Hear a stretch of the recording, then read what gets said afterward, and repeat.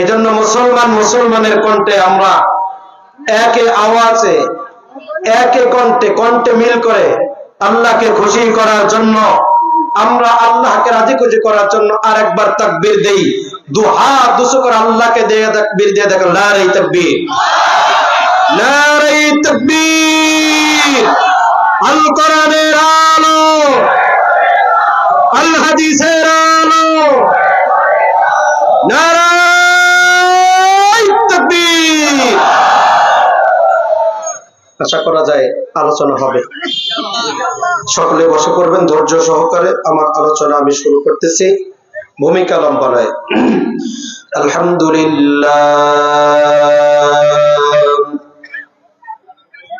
আলহামদুলিল্লাহিল আকরামিল্লাযী খালাকাল ইনসানা ওয়া কাররামা ওয়া وعلمه من البيان ما لم يعلم فسبحان الذي لا يحصى امتنانه باللسان ولا بالقلم نشهد أن لا إله إلا الله وحده لا شريك له ونشهد أن سيدنا وسندنا وحبيبنا ومولانا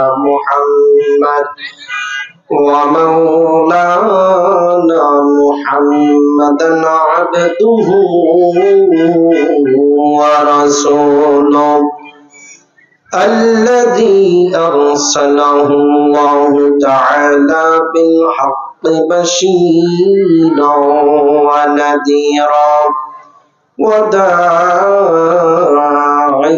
إلى الله بإذنه وسراجا وقمرا منيرا أما بعد فقد قال الله تعالى في كلامه المجيد وفرقانه الحميد সকলেই আমার সাথে জবান খুলে বিতাড়িত শয়তান থেকে আল্লাহ তাআলার কাছে পানা চেয়ে আমার সাথে কণ্ঠকে উজাড় করে সকলে পড়ে আউযু বিল্লাহি মিনাশ শাইতানির রাজীম বিসমিল্লাহির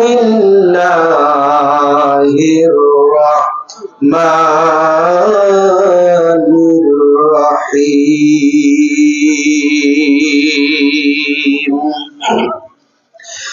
إذ قالت امرأة عمران رب إني نذرت لك ما في بطني محررا فتقبل مني إنك أنت السميع العليم فلما وضعتها قالت رب إني وضعتها أنثى والله أعلم بما وضعت وليس الذكر كالأنثى وإني سميتها مريم وإني أعيذها بك وذريتها من الشيطان الرجيم صدق الله العظيم وصدق رسوله النبي الكريم ونحن على ذلك لمن الشاهدين والشاكرين والذاكرين والحمد لله رب العالمين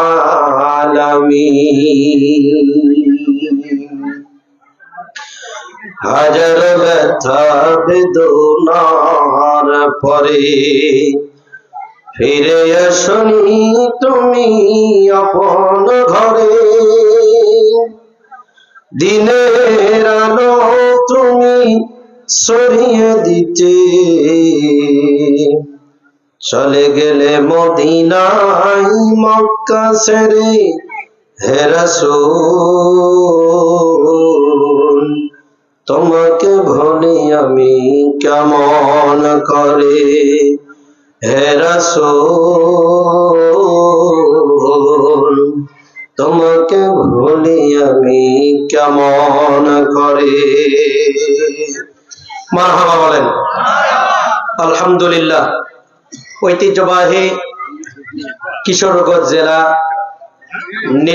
কিশোরগঞ্জ থানা নীলফামারী জেলা অন্তর্গত আল জামিয়াতুল ইসলামিয়া কাসিমুল উলুম কওমি হাফিজিয়া ও এতিমখানা মাদ্রাসার হাফেজ ছাত্রদের দস্তরবন্দি উপলক্ষে মুশরফপুর পানিয়াতপুকুর পশ্চিম বালাপাড়া মাদ্রাসার আজকের এই মাহফিলের সুনামধন্য সম্মানিত সুযোগ্য সভাপতি সাহেব জনাব মোহাম্মদ খোরশেদ আলম ডাবলু, বিশিষ্ট ব্যবসায়ী সেবক কিশোরগঞ্জ, আল্লাহ তাবারক তাআলা আজকের মাহফিলের সভাপতি সাহেবের হায়াতে বারাকাত দান করেন, বলেন আমিন।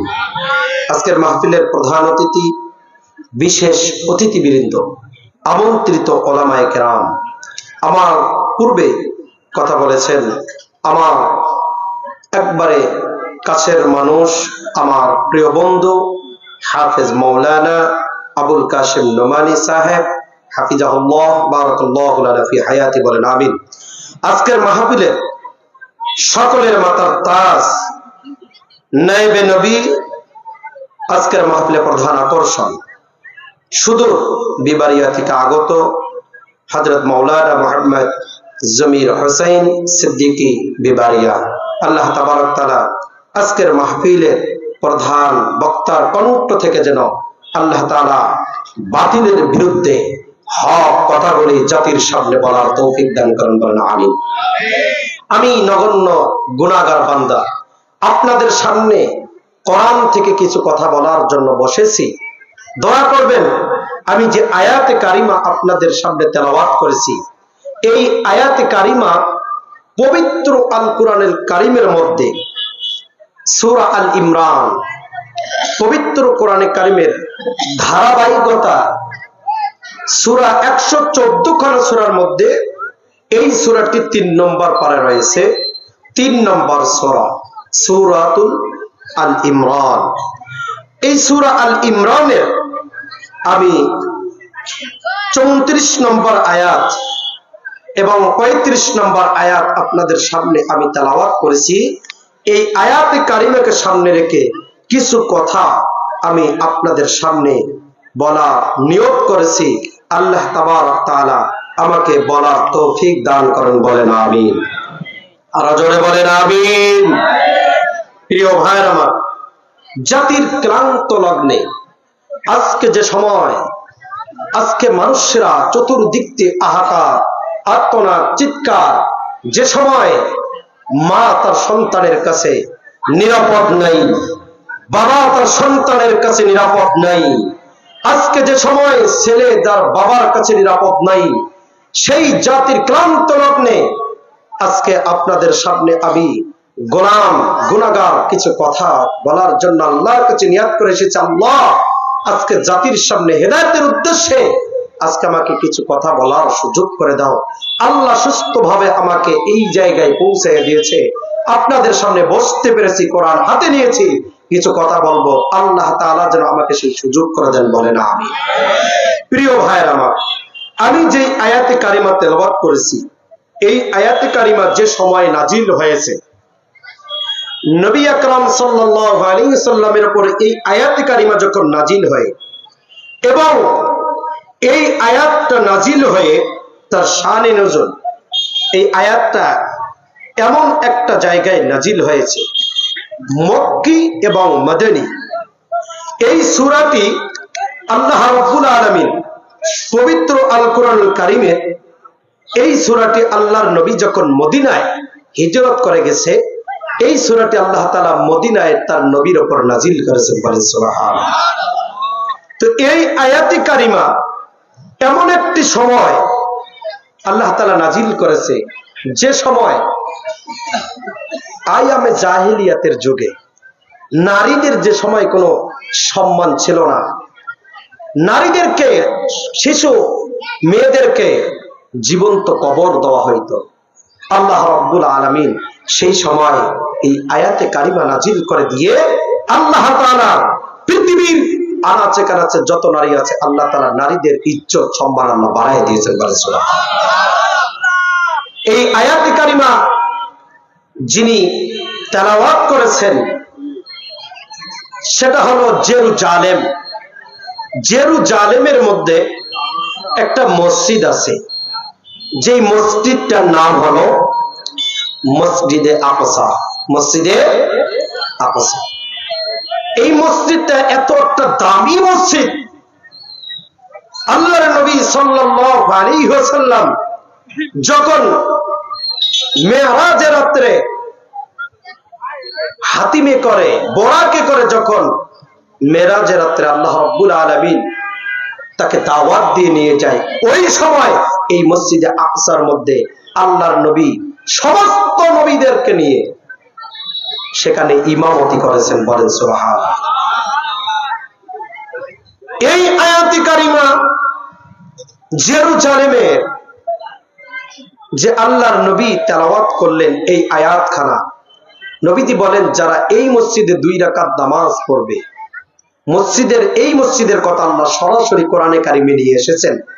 সূরা বনী ইসরাইল 1 নম্বর আয়াতে 15 নম্বর পালায় আল্লাহ তাআলা বলেন, সুবহানাল্লাযী আসরা বিআবদিহি লাইলাম মিনাল মাসজিদিল হারামি ইলাল মাসজিদিল আকসা।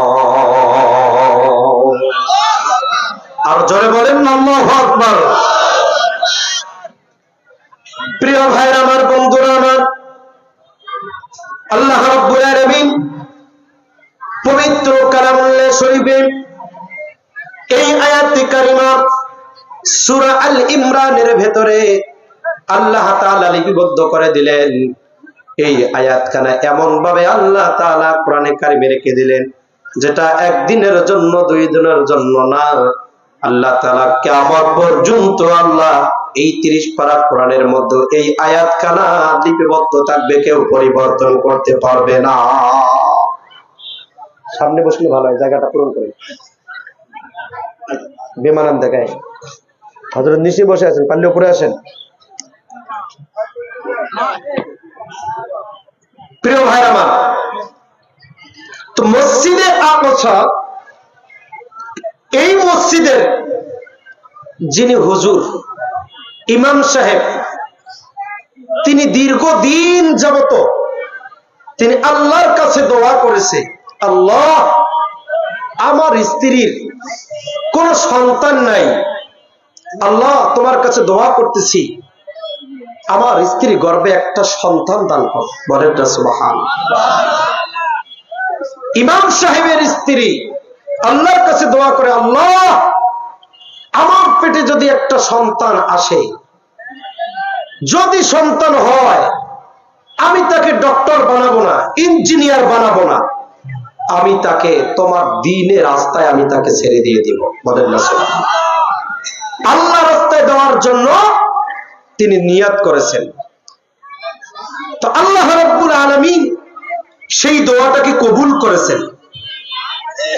আল্লাহ রাব্বুল আলামিন এই কথাটাই বলেনি, ক্বালাত ইমরাআতু ইমরান রাব্বি ইন্নী নাযারতু লাকা মা ফী বাতনি মুহাররারান ফাতাকাব্বাল মিন্নী।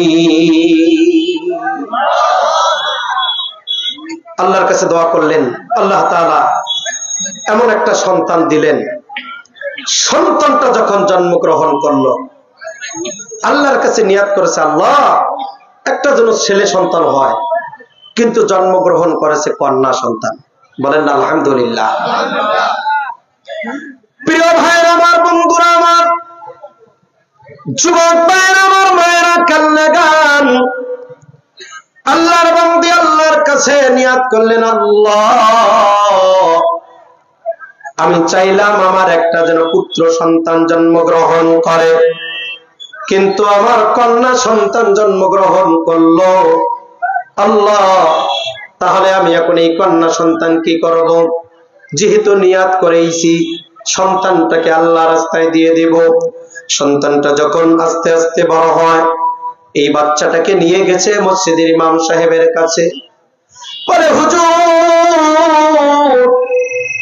আমার এই বাচ্চাটি নিয়াত করেছি আল্লাহ তাআলার রাস্তায় আমি দিয়ে দিব, কিন্তু আমার তো ছেলে সন্তান জন্মগ্রহণ করে নাই, মেয়ে সন্তান জন্মগ্রহণ করেছে। হুজুর আমার এই মেয়েটাকে আমি আপনার হাতে তুলে দিয়ে যাচ্ছি, আমার মেয়েটাকে যতটুকু দিনের কাজে লাগানো যায় লাগিয়ে দেন। ইমাম সাহেব বলেন, মেয়ে বাচ্চা দিয়ে আমি কি কাজ করব? বলে, মেয়ে মানুষ তো কোনো কাজে লাগবে না। অনেক জোর জবরদস্তি করার পরে আল্লাহর বান্দী হুজুরের হাতে তুলে দিলেন। বাচ্চাটি আস্তে আস্তে বড় হতে লাগলো।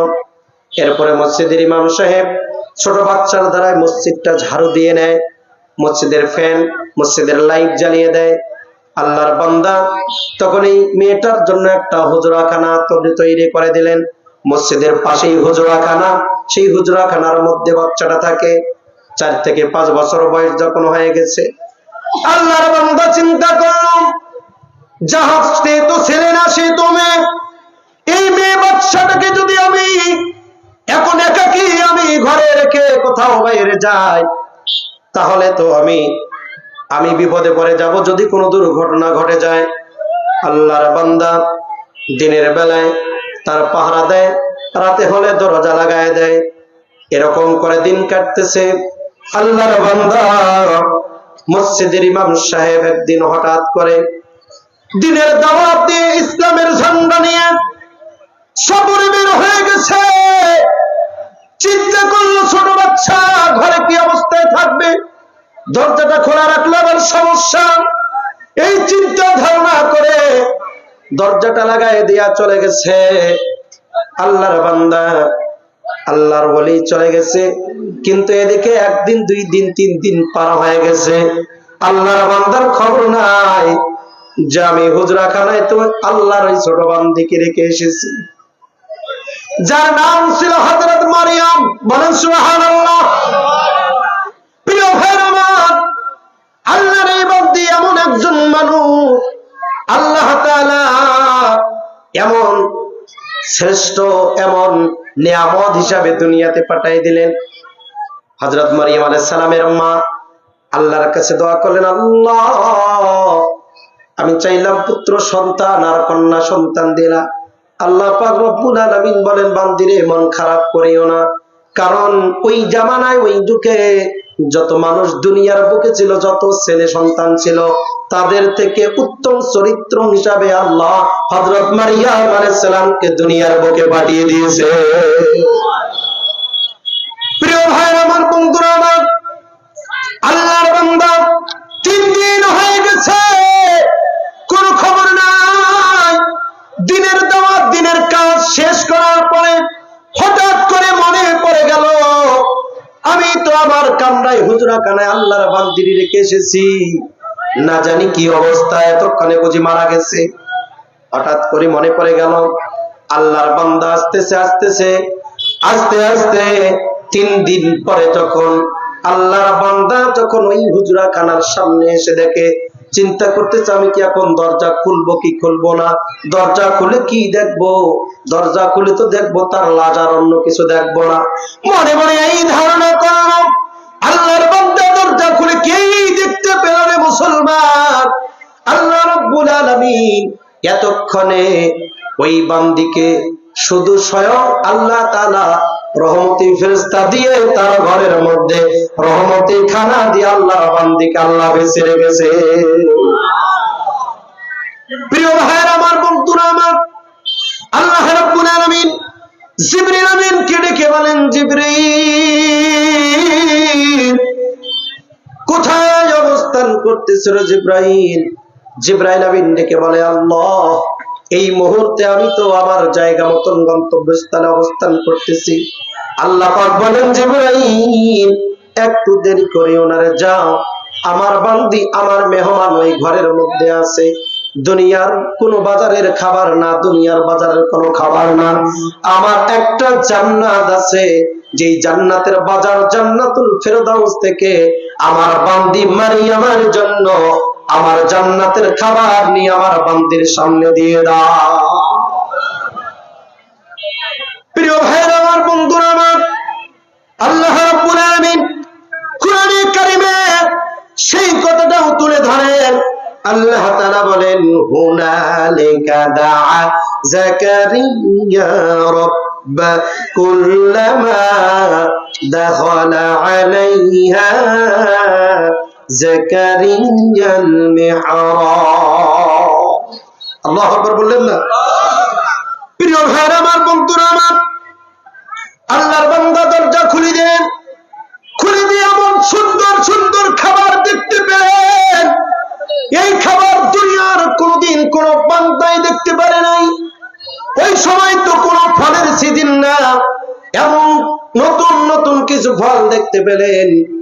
আল্লাহর বান্দা এতগুলি সুন্দর ফল দেখে বলে, এই আল্লাহর বান্দি মারিয়াম, সত্যি করে বলো, এত সুন্দর খাবার তোমারে কে দিয়েছে? আল্লাহর বান্দি বলে, এই সুন্দর সুন্দর খাবার দুনিয়ার কোনো মার্কেটে পাওয়া যাবে না, কারণ আল্লাহ রাব্বুল আলামিন আমার জন্য খাবারের ব্যবস্থা করেছে। তুমি আমারে ভুলে থাকতে পারো, 3 দিন দরজা লাগায় রাখতে পারো, কিন্তু আমার আল্লাহ আমারে ফেলায় রাখে নাই। আমার আল্লাহ রাব্বুল আলামিন স্বয়ং তার রহমতি ফেরেশতা দ্বারা আল্লাহ আমাকে হেফাজত করে নিয়েছে। মুসলমান ভাইরা আমার, বন্ধুরা আমার, এ যুবক ভাইরা আমার, ভাইরা বোনেরা আমার, নিয়ত সহি থাকতে হবে। নিয়ত যদি সহি হয়, আল্লাহ তাআলার নিয়ামত আমরা সবাই ভক্ষণ করি, কিন্তু আল্লাহ তাআলা ছেলে সন্তান দিয়েও মন পরীক্ষা করে, মেয়ে সন্তান দিয়েও আল্লাহ তাআলা মন পরীক্ষা করে। ছেলে সন্তান হইলে আনন্দ লাগে, আর কন্যা সন্তান জন্মগ্রহণ করলে মনটা বড় খারাপ হয়ে যায়।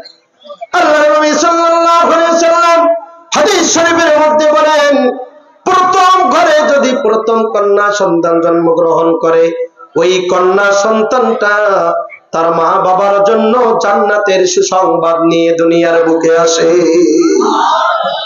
আর জোরে বলেন, একান্ত আপনজনের আমার, ভাইয়েরা আমার, বন্ধুরা আমার, আল্লাহর বান্দি এবং সুন্দর সুন্দর খাবার যখন ভক্ষণ করলেন, আস্তে আস্তে যখন বড় হচ্ছে, এরপরে তো পর্দার বিধান এসে গেল। আর ছোট সময়ে, ছোটবেলায় যেরকম মসজিদে গেছে মানুষ নামাজ পড়তে আসে, আল্লাহর বান্দি তো এখন এভাবে যায় না, এখন পর্দা করে। ওই এখন পর্দা করবে, আল্লাহর বান্দি মসজিদে কেমনে যাবে? পর্দা মেনটেন করে যায়। কিন্তু হযরত মারিয়াম আলাইহিস সালামের দায়িত্ব এখন কে নিবে? এই দায়িত্ব নিয়ে, দায়িত্ব বন্টন করা নিয়ে এখন পারাপারি শুরু হয়ে গেছে।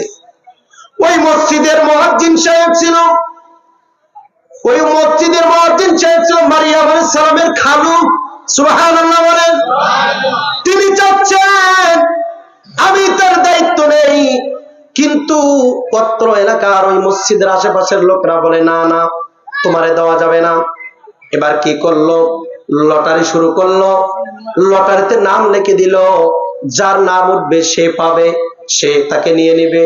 এরকম করে একে একে 3 বার যখন লটারি করছে, হযরত মারিয়াম আলাইহিস সালামের সাথে হযরত জাকারিয়া আলাইহিস সালামের নাম উঠে গেছে। বলেন সুবহানাল্লাহ।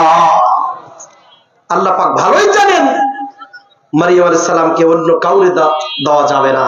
এমন ব্যক্তি দায়িত্ব নিতে হবে যে তার সবকিছু দায়িত্ব নিতে পারবে। প্রিয় ভাইরা আমার, এরকম করে যখন দায়িত্ব নিয়ে নিলেন, এখন আল্লাহর বান্দি আস্তে আস্তে আস্তে বড় হয়ে যাচ্ছে। যত বড় হয় তত বেশি আল্লাহ তাআলার কাছে মাকবুল হয়ে যায়। বলেন না সুবহানাল্লাহ। প্রিয় প্রিয় ভাই আমার, বন্ধুরা আমার, আল্লাহ রাব্বুল আলামিন বলেন কোরআনে কারিমে, فلما وضعتها قالت رب إني وضعتها أنثى والله أعلم بما وضعت وليس الذكر كالأنثى وإني سميتها مريم وإني أعيذها بك وذريتها من الشيطان الرجيم এ মুসলমান, আল্লাহ রাব্বুল আলামিন কোরআনে কারিমে বলেন, দুনিয়াবাসী শুনে নাও, যখন কন্যা সন্তান জন্মগ্রহণ করবে আর ছেলে সন্তান জন্মগ্রহণ করবে, পিতা মাতার প্রথম নাম্বার হওয়া হলো সন্তানের সুন্দর একটা নাম রাখা। সন্তানের সুন্দর একটা নাম রাখতে হবে, ইসলামিক নামকরণ করতে হবে। ওয়া ইন্নী সাম্মাইতুহা মারইয়ামা ওয়া ইন্নী উঈদুহা বিকা ওয়া যুররিয়াতাহা মিনাশ শাইতানির রাজীম। একটা সুন্দর নামকরণ করা হবে। যখন সুন্দর নাম রাখা হবে, এই নামটার কারণে কিয়ামতের দিন আল্লাহ রাব্বুল আলামিন নামের বরকতে বান্দাদেরকে জান্নাত দিয়ে দিবে। আর যদি ইসলামিক নাম না হয়, তাহলে কি হবে? আল্লাহ তাআলা দুনিয়াতে তাকে নামের কারণে লাঞ্ছিত করবে। প্রিয় ভাই আমার, আমি এক জায়গায় গিয়েছিলাম প্রোগ্রামে, তো সে জায়গায় যেই বাড়িতে আমাকে খাওয়ার ব্যবস্থা করেছে, থাকার জায়গা করেছে, ওই জায়গায় আমি বাড়িওয়ালার মালিককে ডাক দিলাম। তো বাড়িওয়ালা আসলো, বাড়িওয়ালার এমন একটা নাম বললো, তার ছোট্ট একটা মেয়ে আছে, তাকে ডাক দিল, বলতেছে ইতি, নাম হচ্ছে তার মেয়ের ইতি। কি ইতি? আমি বললাম, ভাইজান ইতি নাম? বলে, হুজুর বুঝলেন না, আপনি এত বড় একজন বক্তা, সারা বাংলাদেশ ওয়াজ করে বেড়ান, এখনো ইতির তাফসীর বুঝলেন না? আমি বললাম, আমি তো এত বড় এখন মুফাসসির হই নাই। বলে, ইতি হচ্ছে আমার একবারে শেষ বাচ্চা, মানে এ একবারে শেষ, আর কোনো বাচ্চা কাচ্চা নিব না, এই জন্য আমি একবারে ইতি টেনে দিয়েছি, এই জন্য তার নাম রেখেছি ইতি। কি ইতি? তো ঘটনাক্রমে 2 বছর পর সেই জায়গায় আমি আরো প্রোগ্রামে গেছি। তো ওই বাড়িতেই আবার থাকার জায়গা, দেখি তার বাড়িতে আর একটা ছোট ছেলে সন্তান। আমি বলি, ভাইজান কি খবর? কয়টা আমার একটা পোলা। কেন আপনি ইতি টানছেন আর নিবেন না বাচ্চা কাচ্চা? হুজুর আল্লাহ দিয়েছে, এখন কি করবেন? আল্লাহ যদি কাউকে দুনিয়ার বুকে আনে, দুনিয়ার কোনো বাধা, কোনো শক্তি আটকাতে পারবে? আর ধরে বলে। আমি বললাম, নাম কি রেখেছেন? মুসা কালিমুল্লাহ। বলেন না সুবহানাল্লাহ। নাম রেখেছে মুসা কালিমুল্লাহ। আমি বললাম যে ভাই, আপনার এর আগের মেয়েটার নাম রাখলেন নীতি, আর এর নাম মুসা রাখলেন কেন? বুঝলেন না এখনো পর্যন্ত? এর মার পেট মুসে টুসে যা আছে একবার খালি করে এসেছে, এই জন্য তার নাম রেখেছি মুসা। দেখেন ভাই, আসলে আমি বললাম যে ভাই, আপনি তো আমার থেকে বড় মুফাসসির, আমাকে আর কি ওয়াজ শিখাবেন? আপনি তো বড় ওয়াজ করতে পারেন। তো এই মুসা কালিমুল্লাহ নাম সুন্দর, যদি নিয়ত সহি না থাকে, ভালো নাম দিও, কাজ হবে না। মুসা নবীর নামে নাম রেখেছে, মুসা নবীর নামে ঠিকই নাম রেখেছে, একজন পয়গম্বরের নামে নাম। আল্লাহর নবী বলেন, সাহাবীরা তোমরা সন্তানদের নামকরণ করো নবীদের নামে, সাহাবীদের নামে নামকরণ করো, কারণ এই নামের মধ্যে তাসির আছে। বলেন সুবহানাল্লাহ। প্রিয় ভাইরা আমার, হযরত মুসা আলাইহিস সালামকে এইটাকে কেন্দ্র করে এতটুকু খালি একটু ইঙ্গিত দেই। হযরত মুসা আলাইহিস সালামকে আল্লাহ রাব্বুল আলামিন যখন একজন জলিলুল কদর নবী ছিল, মুসা নবী আল্লাহকে বলতেছে, আল্লাহ, মুসা নবী তো রাগী মানুষ, আল্লাহ আমি আপনার সঙ্গে কথা বলবো, আপনার সঙ্গে আমি দেখা করব। আল্লাহ পাক বলেন, হে মুসা, তুমি দুনিয়ার জমিনে এখনো আছো, তোমার এই কর্ণচক্ষু দিয়ে আমি আল্লাহকে দেখা সম্ভব নয়। বললেন না সুবহানাল্লাহ? আরো জোরে। আমাদের এই কর্ণচক্ষু দিয়ে আল্লাহকে দেখা সম্ভব? আরো জোরে বলেন। প্রিয় ভাইরা আমার, বন্ধুরা, হযরত মুসা আলাইহিস সালাম বলেন, রব্বি আরিনি আপনারে দেখবো, আপনি যতই চেষ্টা করেন না, আমি যত কোন ক্রমেই আপনাকে আমি দেখবই। আল্লাহ রাব্বুল আলামিন বলেন লান তারানি, মুসারে দেখা সম্ভব নয়। যদি আমারে দেখতে চাও তাহলে ছোট্ট একটা কাজ করো। সেই কাজটা হলো হাতের তালুর মধ্যে 1 গ্লাস পানি নিয়ে দাঁড়াও। কয় গ্লাস? আরো জোরে, জোর হলো না, তাড়াতাড়ি পিছনের ভাইরা একসাথে আরো জোরে, নারে তাকবীর, নারে তাকবীর। আওয়াজ হয় না? মনে হয় কথা বুঝতে পারতেছেন না। যারা বিয়ে করেন নাই একটু হাত তোলেন তো দেখি। যারা বিয়ে করেন নাই, এত সংখ্যা কম, হাত নামান। যারা বিয়ে করছেন দেখি তো, নারে তাকবীর, নারে তাকবীর, হাত নামান। যারা বিয়ে করেন নাই দেখি এই কথা সত্যি কেমন, নারে তাকবীর। আল্লাহু আকবার। এবার উভয় জনে, বিবাহিত অবিবাহিত মিলে একটা আল্লাহকে খুশি করার জন্য তাকবীর দেন, নারে তাকবীর, লিল্লাহি তাকবীর। আমার বন্ধুগণ, কান্নাগান ভাইরা আমার, আল্লাহর নবী হযরত মুসা আলাইহিস সালাম যখন আল্লাহকে বলতেছে, আল্লাহ গো আমি আপনারে দেখতে চাই, আল্লাহ পাক বলেন না, মুসা দেখা সম্ভব না। মুসা নবী যখন আল্লাহর সঙ্গে জেদ করে বসেছেন না আমি আপনাকে দেখবই, আল্লাহ পাক তখন তাকে শর্ত দিয়ে দিলেন, নবী রে শুনে নাও, আমারে যদি দেখতে চাও তাহলে হাতের মধ্যে একটা কাঁচের গ্লাসের মধ্যে পানি নিয়ে নাও। এই পানি নিয়ে যদি তুমি সারা রাত দাঁড়ায় থাকতে পারো তাহলে আমারে দেখা সম্ভব হয়ে যাবে। আল্লাহর নবী বলেন এতটুকু কাজ আমার পক্ষে কোনো ব্যাপার না। মুসা নবী আবার চতুর্দিক দিয়ে লোকজন লাগায় দিয়ে বলে তোমরা দাঁড়িয়ে থাকো, আমি মুসা নবীর হাতে একটা গ্লাস পানি আছে, এই পানিটুকু নিয়ে আমি দাঁড়িয়ে আছি, যদি আমার চোখে ঘুম আসে আমাকে সতর্ক করে দিয়ে দিবা। আল্লাহর নবী এরকম ভাবে পানির গ্লাস হাতে নিয়ে দাঁড়িয়ে আছে, কোন ক্রমে ঘুম আসে না। আল্লাহ রাব্বুল আলামিন একদল রহমতি ফেরেশতা নাজিল করে দিয়েছেন, একদল রহমতি ফেরেশতা আল্লাহ পাক দায়িত্ব দিয়ে পাঠাই দিলেন, ফেরেশতারা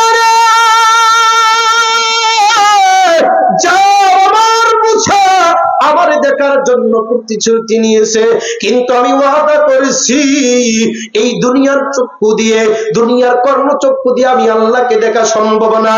এই মুসলমান ভাইরা, আল্লাহ রাব্বুল আলামিন মুসা নবীর চোখে ঘুম দেওয়ার আগে তার যত সৈন্যবাহিনী ছিল সবগুলোর চোখে এমন ঘুম দিয়েছে, মুহূর্তেই মুসা নবী ঘুমানোর আগে তার যত বাহিনী ছিল সবাই জমিনের মধ্যে ঘুমিয়ে গেছে। প্রিয় ভাইরা আমার, আল্লাহর নবী হযরত মুসা আলাইহিস সালামের হাতে পানি নিয়ে ঘুমাচ্ছে, জিমাচ্ছে, আবারও একবার টের পেয়ে বলে না ঘুমানো যাবে না। আল্লাহ পাক রব্বুল আলামিন বলেন মুসা রে, 1 গ্লাস পানি হাতে নিয়েছো, তোমার চোখে ঘুম আসে, সারাদিন কোনো কাজ করো নাই। এ বাবারা, যারা কৃষক আছে কৃষি কাজ করো, সারাদিন মাঠে ঘাটে পরিশ্রম করো, যখন সন্ধ্যা হয়ে যায় শরীর ব্যথা শুরু হয়ে যায়, মাথার ব্যথা শুরু হয়ে যায়, চোখগুলি ব্যথা শুরু করে, হাতের আঙ্গুল পায়ের আঙ্গুলগুলি ব্যথা শুরু করে দেয়। এ মুসলমান, সারাদিন হাড় ভাঙা পরিশ্রম করার কারণে আপনার শরীরে ব্যথা শুরু হয়ে যায়, ঘুমাতে দেরি, শুইতে দেরি, কিন্তু চোখে ঘুম আসতে দেরি নাই, ঠিক কিনা? প্রিয় ভাইরা আমার, মুসা আলাইহিস সালাম পানির গ্লাস হাতে নিয়ে দাঁড়িয়ে আছে, আর কতক্ষণ থাকবে? যখন রাতের অর্ধেক চলে গেছে, গভীর রাত, আল্লাহ রাব্বুল আলামিন বলছেন না না, আর এতক্ষণে আমার বান্দাকে রাখা যাবে না। আল্লাহ রাব্বুল আলামিন মুসা নবীর চোখে এমন ঘুম দিয়েছে, ঘুমের কারণে হাতের গ্লাস জমিনে পড়ে টুকরো টুকরো হয়ে গেছে। নারে তাকবীর, আরো জোরে নারে তাকবীর। মুসলমান ভাইরা আমার, একান্ত বন্ধুরা আমার, এ বাপজানেরা আমার, আল্লাহ রাব্বুল আলামিন এর মাঝখান দিয়ে অনেক সময় অতিবাহিত হয়ে গেছে, মুসা নবীর কোনো হুঁশ নাই। এরপরে আল্লাহ তাআলা তাকে আবার পরিপূর্ণ সুস্থ করলেন, আবারও হুঁশ ফিরাই দিলেন, জ্ঞান ফিরাই দিলেন। জ্ঞান ফিরায় দেখে, আরে আমার হাতে তো পানির গ্লাস ছিল, পানির গ্লাসটা কই? দেখে হাতে নাই, পাশে টুকরো টুকরো হয়ে আছে। আমার সাথে যে বাহিনীগুলো ছিল সেগুলা গেল কই? দেখে পাশে সবাই আবার শুয়ে আছে। মুসা নবী আর লাঠি দ্বারা এবার তাকে গুতাগুতি শুরু করে দিয়েছে, বেটা ঘুমাস তাড়াতাড়ি দাঁড়া। সেনাবাহিনীরা দাঁড়ায় গেছে, বলে হুজুর আমরা ঘুমায় গিয়েছিলাম, আমাদের তো কোনো হুঁশ নাই, কি খবর বলেন? মুসা নবীর কি আরো রাগ আছেন নাই? মুসা নবী গরম না ঠান্ডা? এমন গরম হয়ে গেছে, আমি তোমাকে দায়িত্ব দিলাম, দায়িত্ব কতটুকু পালন করলা? আমার আল্লাহ পাক রব্বুল আলামিন বলেন, বান্দারে আমি আল্লাহ রব্বুল আলামিন যদি তোমার মতো ঘুমাইতাম, দেখো এতটুকু দায়িত্ব দিলাম, একটা পানির গ্লাস হাতে রাখতে পারলা না, মাত্র কয়েক ঘন্টা রাখতে পারলা না রে, চোখে ঘুম আসলো। বলেন তো চোখে ঘুম দিল কে? ঘুমের মালিক কে? জীবনের মালিক কে? হায়াতের মালিক কে? সব কিছুর মালিক কে? আল্লাহ রাব্বুল আলামিন কোরআনে বলেন, আল্লাযী খালাকাল মাউতা ওয়াল হায়াতা লিয়াবলুয়াকুম আইয়ুকুম আহসানু আমালা ওয়া হুয়াল আজিজুল গফুর।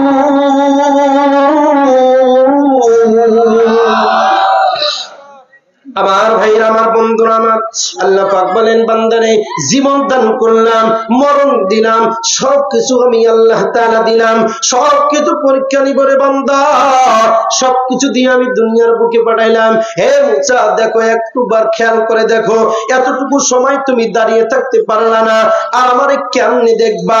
সামান্য কিঞ্চিত মাত্র আমার নূরের তাজাল্লি ওই তুর পাহাড়ে দিয়েছি রে, পুরা তুর পাহাড় পুরে ছাই হয়ে গেছে। আমার নূরের তাজাল্লি সহ্য করতে পারো নাই। প্রিয় ভাইয়ের, আমার বন্ধু, আমার আল্লাহ পাক রব্বুল আলামিন বলেন, বান্দারে আমি তো ঘুমাই না, আমার তন্দ্রানা আসে না, আমার জীবনী আসে না, একটা মুহূর্তের জন্য, একটা সেকেন্ডের জন্য আমি ঘুমাই না। আল্লাহ পাক রব্বুল আলামিন বলেন, আল্লাহু লা ইলাহা ইল্লা হুয়াল হাইয়ুল কাইয়্যুম।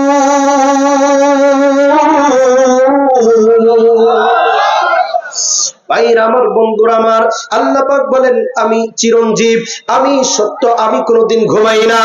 এ মুসলমান, আল্লাহ যদি একটা সেকেন্ডের জন্য ঘুমাইতো, তাহলে কঠিন মুহূর্তের সময়, গভীর রাত্রে যদি আল্লাহর কোন বান্দা পেটের ব্যথার যন্ত্রণায় ছটফট করতো, এ মুসলমান একটাবার চিন্তা করে দেখেন, গভীর রাত্রে যখন পেটের ব্যথা শুরু হয়ে যায়, তোমার পাশে তোমার স্ত্রী আছে, তোমার স্ত্রীকে যদি তুমি ডাক দাও, একটা ডাকে তোমার স্ত্রী কিন্তু সাড়া দিবে না, আবার গায়ের মধ্যে ঝাঁকা দিতে হবে, তারপরে না টের পাবে, টের পেলেও তোমার কথা কিন্তু শুনবে না, বলবে তুমি দূরে যাও, এই মুহূর্তে আমার গভীর ঘুমে আমি বিভোর হয়েছি, আমার ঘুম থেকে আমি তোমার কথা শুনতে পারি না। তোমার সন্তানেরা কিন্তু তোমার বাইরে, তোমার আরেকটা ঘরের মধ্যে আরেকটা রুমে ঘুমায় আছে, তোমার সন্তানকে যতক্ষণে ডাকবে, তোমার সন্তান কিন্তু ততক্ষণে তোমার ডাকে সাড়া দিবে না। মুসলমান, ওই মুহূর্তে তোমার সন্তান তোমার কথা শোনে না, তোমার বিবি তোমার কথা শোনে না, ওই মুহূর্তে আমার আল্লাহ পাক স্মরণ করে দেন, বান্দারে লা তাখুযুহু সিনাতুন ওয়ালা নাউম। এ দুনিয়াবাসী, আমার গোলাম শুনে নাও, ওই মুহূর্তে তোমার মা বাবাকে না ডেকে যদি আমি আল্লাহকে একটাবার ডাক দাও, আমি আল্লাহ একটা মুহূর্ত দেরি করব না, আমি আল্লাহ তোমার ডাকে সাড়া দিয়ে আমি তোমার পেট ব্যথা ভালো করে দিয়ে দিব। মুসলমান ভাইরা, আমার কান্ত কলিজার টুকরা বাপজানেরা, আমার আল্লাহ তাআলা স্মরণ করে দেন, বান্দারে ওই মুহূর্তে, কঠিন মুহূর্তে অ্যাম্বুলেন্স আসতে তোমার সময় লাগবে, তোমার বাবা বের হইতে, তোমার সন্তান বের হইতে সময় লাগবে, ততক্ষণে তোমার আরো ব্যথা যন্ত্রণা বেশি হয়ে যাবে। বান্দা, অতল গভীর তলদেশে পানির নিচেও যদি একটা মাকলুক কোন বিপদে থাকে, আমি আল্লাহ কিন্তু সেটার খবর রাখি। তুমি মনে মনে কি সিদ্ধান্ত নিতেছ, মনে মনে কোন কথাগুলি বলার জন্য চেষ্টা করতেছ, বান্দা আমি সেটাও কিন্তু জানি। বান্দারে, তুমি এখনো বলো নাই, কিন্তু মনে মনে নিয়ত করেছো, জানা ওয়াদানা সব তত্ত্ব জানেন কে? প্রিয় ভাইয়ের আমার, এই জন্য আল্লাহ পাক রব্বুল আলামিন বলেন, বান্দারে আমি আল্লাহকে স্মরণ করো। কতটুকু স্মরণ করবে? ফাযকুরুনি আযকুরুকুম ওয়াশকুরুলি ওয়ালা তাকফুরুন।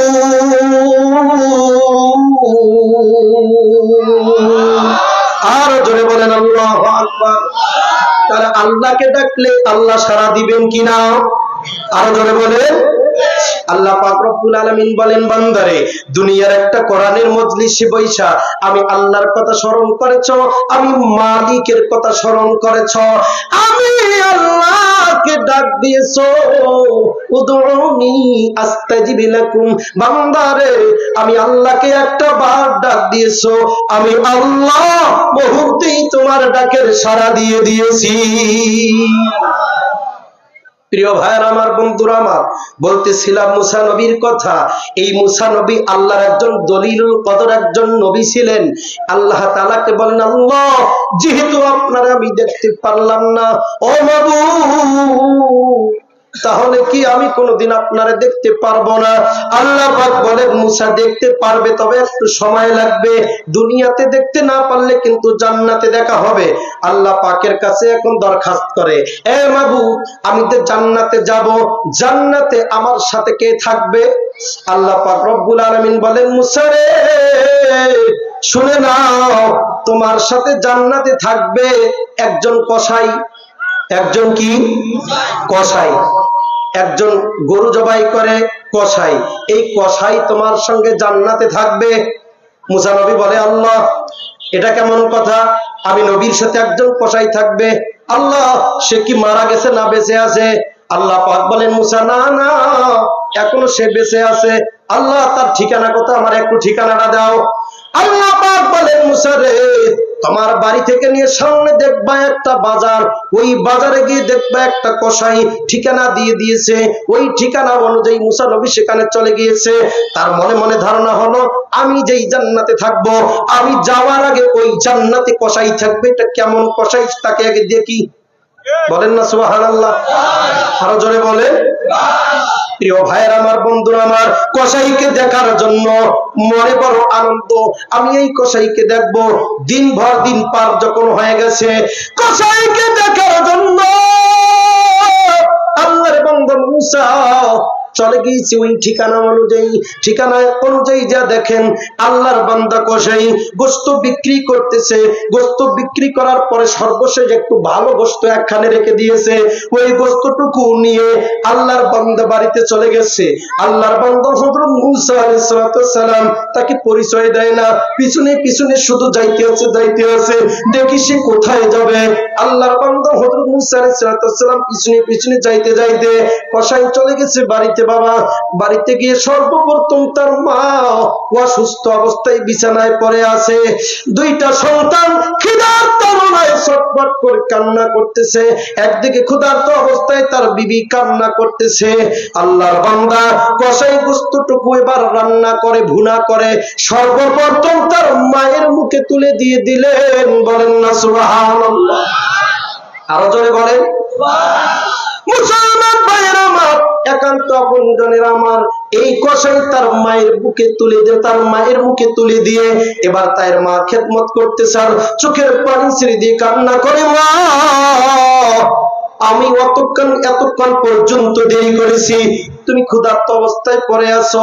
আল্লাহর বান্দি এমন ভাবে আল্লাহ তাআলার কাছে ছিঁড়া আঁচলটুকু আল্লাহর কাছে পেতে দোয়া করলেন, মালিক আমার এই সন্তান আজকে আমার জন্য যা করলো আমি মা খুশি হয়ে গেছি।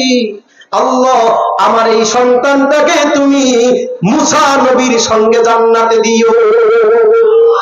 নারায়ে তাকবীর। আরো জোরে নারায়ে তাকবীর।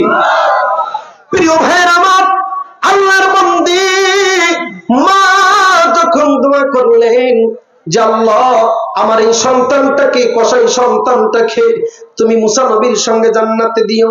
আল্লাহর বান্দী যখন দোয়া করলেন, এবার মুসা নবী পাশে দাঁড়ায় গেছে। এ কসাই তুমি কি আমারে চেনো? বলে না চিনি না। কোনদিন দেখেছো? বলে না দেখি নাই।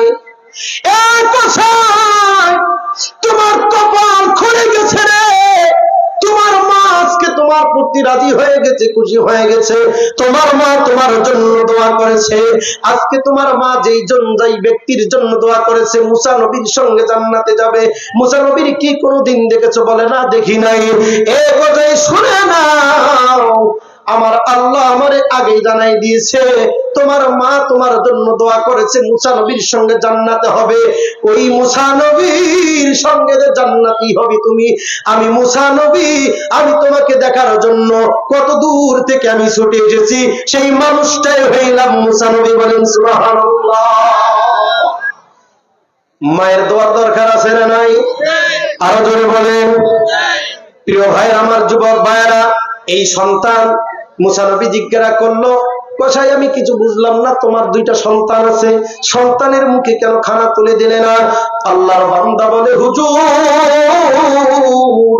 আমার সন্তান ছোট মানুষ ঠিক আছে, কিন্তু আমার জনম দুঃখিনী মা আমাকে পেটে ধারণ করেছে, আমার মা বৃদ্ধ মা কষ্ট করবে, এটা আমি সন্তান আমি সহ্য করতে পারি না। আমি চিন্তা করলাম আমার মা এই ক্ষুধা অবস্থায় থাকলে আমার মা রোগ হইতে পারে, আমার মা দুর্বল হতে পারে। হুজুর এই চিন্তা ধারণা করে আমি আমার মাকে সকাল বেলায় কিছু খাওয়াইয়া আমি বাজারে গিয়েছি, বাজারে গোস্ত বিক্রি করেছি, যত আমার লেট হয়ে যায় তত আমার টেনশন বাড়ে। হুজুর আমি যতক্ষণ লেট করি, যতক্ষণ বাইরে থাকি, আমার মা ঘুমায় না, আমার মা আমার জন্য টেনশন করে। কিশোর কলবাসী শুনে নাও মুসলমান ভাইরা রে, সন্তানের জন্য মা কতটুকু কান্না করে, কতটুকু মহব্বত করে, দুনিয়ার কেউ না জানলো যারা সন্তান আছে রে বাবা, আজকের এই ময়দান থেকে এতটুকু আলোচনা শুনে যাবেন মা সন্তানের জন্য কতটুকু কান্না করে। যেই সন্তানদেরকে মাদ্রাসায় দিয়েছে রে বাবা, সন্তানদেরকে মাদ্রাসায় দিয়ে আজকে মা কিন্তু ঠগে নাই। আজকে সন্তানেরা যে সন্তান মাদ্রাসায় আছে, আজকে এই মাদ্রাসায় বাচ্চাদের মাথায় পাগড়ি প্রদান করা হবে, এই বাচ্চাদের মাথায় যখন পাগড়ি তুলে দেওয়া হবে, আল্লাহর নবী সাল্লাল্লাহু আলাইহি সাল্লাম বলেন কিয়ামতের দিন হাসরের ময়দানে যখন আলোকিত হয়ে যাবে, দুনিয়ার জমিনে যেরকম একটা সূর্য পুরো পৃথিবীটাকে আলোকিত করে দেয়, দিনের বেলায় সূর্য দিয়ে আলোকিত করে, রাত যখন হয়ে যায় তখন সূর্যের আলো থাকে না, তখন চন্দ্র দিয়ে আল্লাহ তাআলা মানুষকে আলোকিত করে। আল্লাহ পাক রব্বুল আলামিন বলেন ওয়াজআলনা নাওমাকুম সুবাতা, আমি লাইটটাকে এমন ভাবে সাজায় দিলাম, আমি সূর্য এবং চন্দ্রটাকে এমন ভাবে আমি আল্লাহ তাআলা সেট করে দিয়েছি, মানুষ দুনিয়ার বুকে দুনিয়ার জন্য মানুষ হাড়ভাঙা পরিশ্রম করবে, কষ্ট করবে, এই রাতে যদি মানুষের চোখের সামনে যদি সূর্যের আলো দিতে থাকে মানুষের চোখে ঘুম আসবে না, মানুষ যেন বিছানায় ঘুমাতে গেলে তার চোখে সুন্দর একটা ঘুম আসে। এই জন্য রব্বে কারীম আল্লাহ তাআলা রাতের বেলা এই চন্দ্রটাকে ডিম লাইট হিসাবে আল্লাহ দিয়েছে। মুসলমান আল্লাহর বান্দা যুবক ভাইরা রে, বলতেছিলাম জনম দুঃখিনী মা, এই জনম দুঃখিনী মা সন্তানকে মাদ্রাসায় দিয়েছে। আপনারা তো ধন্য বাবা, আপনারা তো ধন্য মা। এ মায়েরা যারা এখানে এসেছো, বাচ্চানেরা যারা এখানে এসেছো, সন্তানকে এই মাদ্রাসায় দিয়েছো, আজকে যেই সন্তানের মাথায় পাগড়ি চড়বে, আজকে তার বড় কত আনন্দ, কত আনন্দ। নবী বলেন ও সাহাবীরা রে, শুনে নাও কঠিন কিয়ামতের মুসিবতের দিনে ওই সময় আর কোনো আলো থাকবে না, হাসরবাসীরা সবাই যখন এককালে হয়ে যাবে, ওই মুহূর্তে হাফেজের পিতা মাতার মাথায় যখন আল্লাহ তাআলা নূরের তাজ উঠাইয়া দিয়ে দিবেন, ওই নূরের তাজ পরানোর কারণে পুরা হাসরবাসী আলোকিত হয়ে যাবে। চিৎকার করে বলেন আল্লাহু আকবার। ওই সন্তানেরা বাবা যারা আজকে সন্তানকে হাফেজ কোরআন বানিয়েছো, আজকে ধন্য হয়ে গেছে রে বাবা।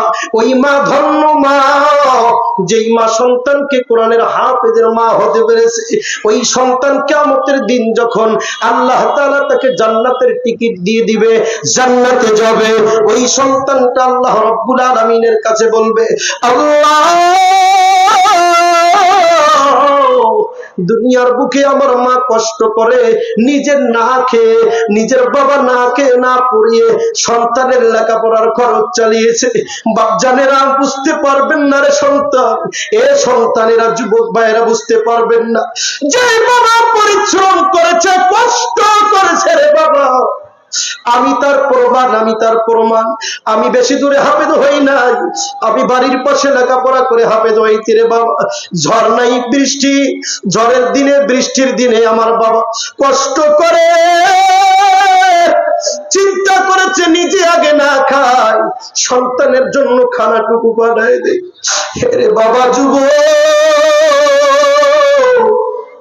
ওই সন্তানের জন্য বাবা কতদিন কত রাত কষ্ট করেছে, সন্তানের জন্য কষ্ট করে বাবা মানুষের বাড়িতে কাজ করেছে, মানুষের বাড়িতে কাজ করে আল্লাহর বান্দা সন্তানের মাসিক টাকাটা দিয়েছে।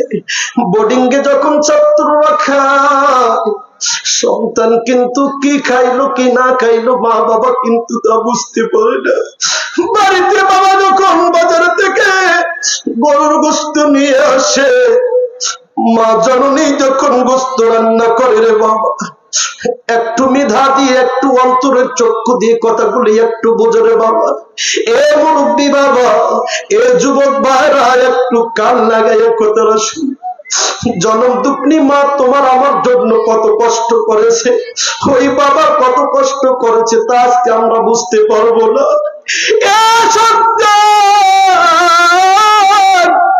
ওই সন্তানের জন্য যে কষ্ট করলো, সন্তানকে আজকে মাদ্রাসায় দিয়ে ঠগনাই রে বাবা। যেই সন্তান একটা রাত মাকে ছাড়া ঘুমায় না, বাবাকে ছাড়া ঘুমায় না, ওই সন্তানটাকে যখন মাদ্রাসায় দেওয়া হয়, ওই সন্তানটা দেখবা মাদ্রাসায় গিয়ে নিজের পরনের কাপড় নিজে ধুয়ে দেয়, নিজের পাঞ্জাবি নিজে ধুয়ে দেয়, নিজের থালার বাটিটা নিজে পরিষ্কার করে। এ সন্তান রে, 10 বছর বয়স হয়েছে এখনো পর্যন্ত বাড়িতে তোমার খানার প্লেটটা তোমার সামনে দিতে হয়, তোমার ভাতের প্লেটটা তোমার সামনে দিতে হয়, নিজে কোনোদিন নিজে নিয়ে খাও নাই, তারপরও জনম দুঃখনি মা তোমার জন্য রেডি করে রেখেছে। ভাইরা মার লক্ষ্য করে দেখবেন এই মাদ্রাসার দিকে। আজকে সন্তানকে দিয়ে বাড়িতে তোমরা আরামে ঘুমাও, সন্তানটা দেখবা গভীর রাত্রে যখন রাত 2টা 3টা বাজে, কঠিন শীতের রাত, দেখেন এখন শীত পড়তেছে, লেপ্ত সব নিয়ে আজকে বাড়ির সবাই ঘুমিয়ে গেছে, কিন্তু এই গভীর রাত ছোট ছোট বাচ্চা গভীর রাত্রে ঠান্ডা পানি দিয়ে যখন ওযু করা শুরু করে দেয়, আল্লাহর কুদরতি কদমে যখন তাহাজ্জুদের নামাজে দাঁড়িয়ে যায়, আমার মালিক তখন আর সপ্তম আসমানে থাকেন না, প্রথম আসমানে চলে আসে। এসে ফেরেশতাদেরকে ডেকে বলে, ফেরেশতারা রে একটু নজর করে তাকায় দেখো আমার এই ছোট মাসুম বান্দা কোরআনের পাখিটা কি চাই কি বলে। ফেরেশতারা বলে, আল্লাহ আপনি তো ভালো জানেন আপনার এই বান্দা কেন আপনার কুদরতি কদমে সেজদা দেয়। মালিক ডেকে বলেন, ফেরেশতারা আমি একটু তোমাদের কাছ থেকে শুনতে চাই, আমার বান্দা কেন আমার কুদরতি কদমে সেজদা দিল। ওই নবজাতক বাচ্চা, ওই শিশু আল্লাহর ওই কোরআনের বান্দা কোরআনের পাখি যখন কুদরতি কদমে সেজদা দিয়ে একটু হাত তুলে দোয়া করে, আল্লাহ আমার মা আমার বাবা বাড়িতে আছে, আমার মা আমার বাবাকে বাড়িতে রেখে এসেছি, আল্লাহ গো আমার মা বাবার মনের আশা আমাকে হাফেজ বানাবে, আল্লাহ আমার এখান থেকে হাফেজ না বানাইয়া আমার তুমি শয়তানের দোকায় ফেলিও না।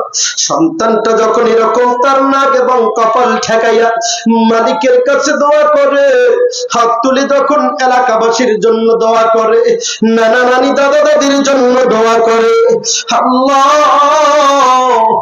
আমার মা বাবাকে মাফ করে দিও, দাদা দাদিকে মাফ করে দিও, নানা নানিকে মাফ করে দিও, যারা আমাকে সহযোগিতা করে তাদেরকে মাফ করে দিও। যুবক ভাইরা রে বাপজানেরা আমার, ওই মুহূর্তে তোমরা ল্যাপ্ত সব গায়ে দিয়ে ঘুমায় থাকো, ওই মুহূর্তে ঠান্ডা পানি দ্বারা যখন আল্লাহর ওই কোরআনের বান্দাগুলি যখন নামাজ পড়ে, আল্লাহর কালাম তেলাওয়াত করে, আল্লাহ পাক বলেন, ফেরেশতারা রে আর বসে থাকিও না, আর বসে থাকিও না, আমার বান্দা আমাকে কালাম তেলাওয়াত করতেছে, তার মানে আমি আল্লাহর সাথে আমার বান্দার সম্পর্ক হয়ে গেছে। জোরে জোরে বলুন আল্লাহু আকবার। এই যুবক ভাইরা রে, যখন ছোট বাচ্চারা কোরআন তেলাওয়াত করা শুরু করে দেয়, মাথা দুলতে থাকে, গা ঝুঁকতে থাকে রে মুসলমান, এটা সে ইচ্ছাকৃত ভাবে মাথা নাড়া দেয় না, গা ঝাঁকি দেয় না। আল্লাহ পাক এত খুশি হয়ে যায়, ওই রহমতি ফেরেশতা গুলি এসে আল্লাহর ওই বান্দার মুখে জবানে জবান লাগাইয়া চুম্বন করতে থাকে। বলেন সুবহানাল্লাহ। প্রিয় ভাইয়ের আমার, বন্ধুরা আমার, এই জন্য বলি মুসলমান, সন্তানকে মাদ্রাসায় দিয়ে আপনারা ঠগেন নাই। বলতেছিলাম সন্তানের জন্য মা কতটুকু কষ্ট করে বুঝতে পারবেন না। একটুখানি বলে যাই, জানি না আজকের মাহফিল আমার শেষ মাহফিল হতে পারে, আর আপনাদের সামনে দেখা হবে কিনা জানি না রে বাবা। তবে আজকে যদি একটু আমাদের নিয়তে শুনতে পারো রে যুবক, যদি মাকে কষ্ট দাও, বাবাকে কষ্ট দাও, আল্লাহর রাস্তে মা বাবার কাছে গিয়ে ক্ষমা চাইবা, মা ক্ষমা করে দিয়ে দিবে। এ মুসলমান, সন্তান যখন মালিকের কাছে দোয়া করে, গো আল্লাহ, আমার মা আমার বাবা এত কষ্ট করেছে, জনম দুঃখী মা সন্তানকে এরকম ভাবে লালন পালন করে মাদ্রাসায় দিয়ে দিল, নিজে খাইলো না, নিজে পড়লো না। দিন চলে, যত চলে যায়, সন্তানের কথা বারবার মনে হয়, আল্লাহ আমার সন্তানটিকে মাদ্রাসায় রাখলাম, আমার সন্তান ডাইলের পানি দিয়ে ভাত খাচ্ছে আর আমি গোশত দিয়ে ভাত খাবো, এটা হতে পারে না। যুবকরা, জনম দুঃখী মা বড় ক্ষুধার্ত অবস্থায় ভাত পাকাইয়া সুন্দর করে মাছ ভুনা করেছে, গোশত ভুনা করেছে, বাবার সামনে প্লেট তুলে দিয়েছে।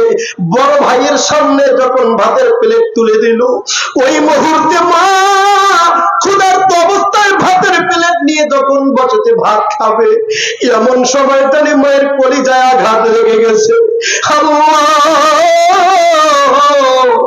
আমার সন্তানটা তো মাদ্রাসায় আছে, আমার সন্তানটা এই মুহূর্তে কি দিয়ে খাইলো আর আমি মাছ দিয়ে খাইলাম, এটা হতে পারে না। এ যুবক রে, জনম দুঃখী মা কিন্তু তখন আর খায় না, তখন আর খায় না রে যুবক। আমার ছোট ভাই রাজশাহী বিশ্ববিদ্যালয়ে ল সাবজেক্ট নিয়ে পড়তে চাই, বিষয় নিয়ে আমার মা রান্না করে খাইতে পারে না, আমার ছোট ভাইয়ের জন্য রান্না করে ট্রেনের মধ্যে দিয়ে দেয়, রাজশাহী বিশ্ববিদ্যালয়ে পাঠায় দেয়। এ মুসলমান, পৃথিবীর এমন কোন মা নাই যেটা করে না, এটা করে সন্তানের জন্য। কিন্তু আজকে আমরা সেই মাকে ভুলে থাকি, সেই মাকে কেমনে ভুলে থাকি। আজকে সন্তান বড় হয়ে বিদেশে চলে গেছে, বিদেশে যাওয়ার পরে সন্তান আজকে অনেক টাকার মালিক হয়েছে, পরিবারের মেয়েকে বিয়ে করে আজকে রাজকীয় হালতে থাকে। আজকে মা যখন বৃদ্ধ হয়ে গেল, মা বাবা যখন আর চলতে পারে না, আগের মতো ইনকাম করতে পারে না, বাবার পকেটে চা খাবার টাকা নাই, মা এখন চলতে গেলে মনে বড় আশা, দোকানের একটা ভালো ভালো জিনিস আমার খেতে মন চায়।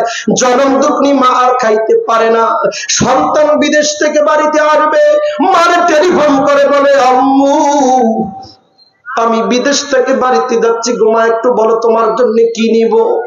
মা বলে, সন্তান রে কিছু লাগবে না, তুমি বাড়িতে আসো।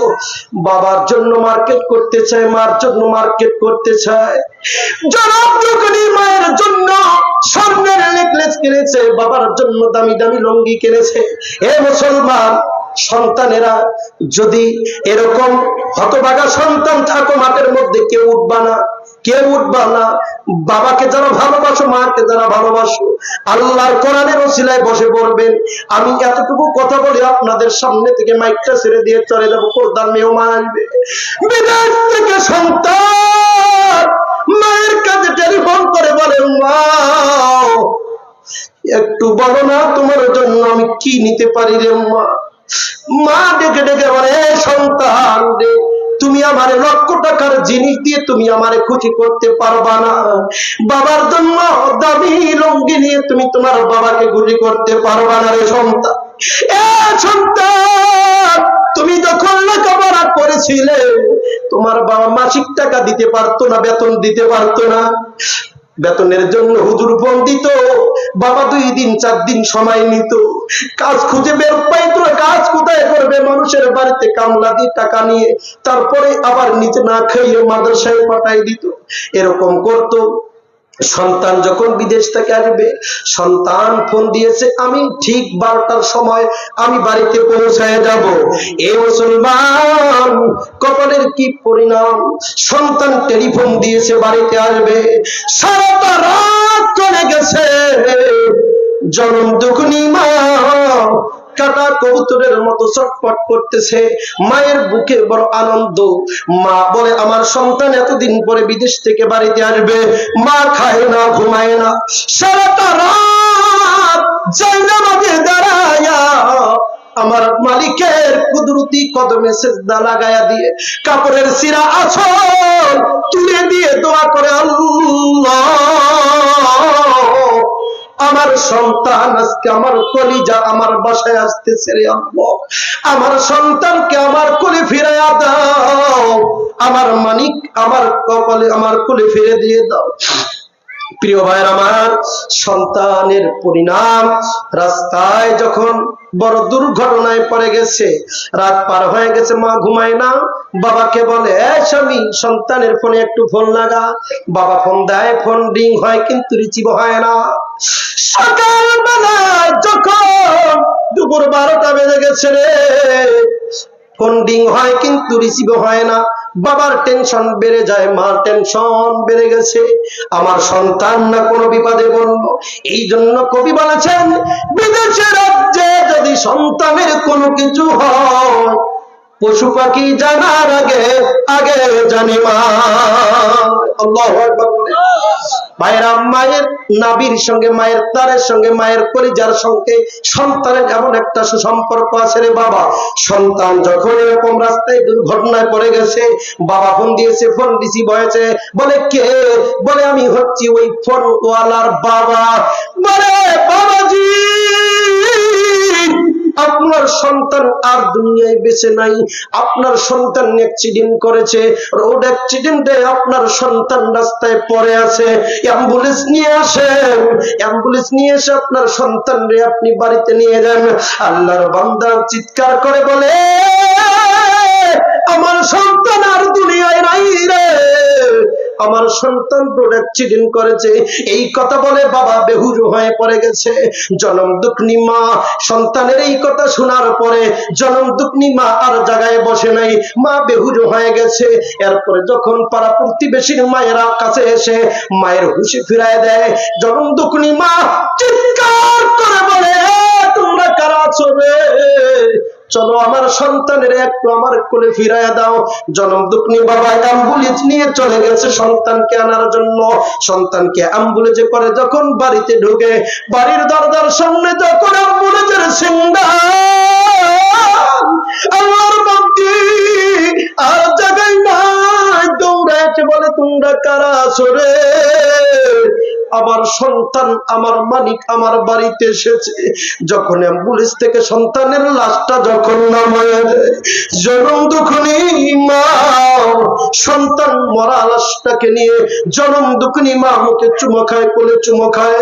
জনম দুঃখিনী মা ঠিক দেখতে পারে না, জনম দুঃখিনী মা সন্তানটারে নিয়ে আর্তনাদ করে কান্না করতেছে আর বলতেছে, রে বেটা, তুমি নাকি মার্কেট করেছো, স্বর্ণের চেন কিনেছো, কোথায় স্বর্ণের চেন একটু আমার দে।